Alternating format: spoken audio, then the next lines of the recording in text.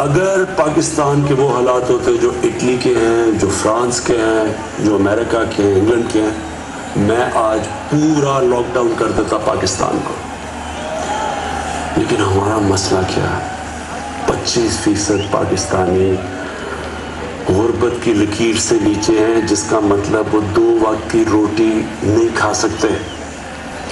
آج اگر میں پورا لاک ڈاؤن کرتا ہوں تو اس کا مطلب کیا ہے؟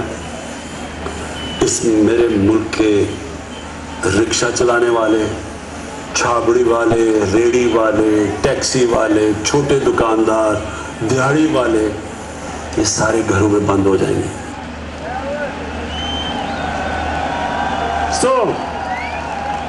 یہ مجھے کہہ رہے تھے کہ لاک ڈاؤن لگا دو. میں ان کو کہتا تھا کہ یہ بیچارے دیہڑی داروں کا کیا ہوگا, وہ کدھر سے کھائیں گے, وہ کدھر سے, اگر وہ ان کی دیہڑی ہے تو وہ بچوں کا پیٹ پالتے ہیں.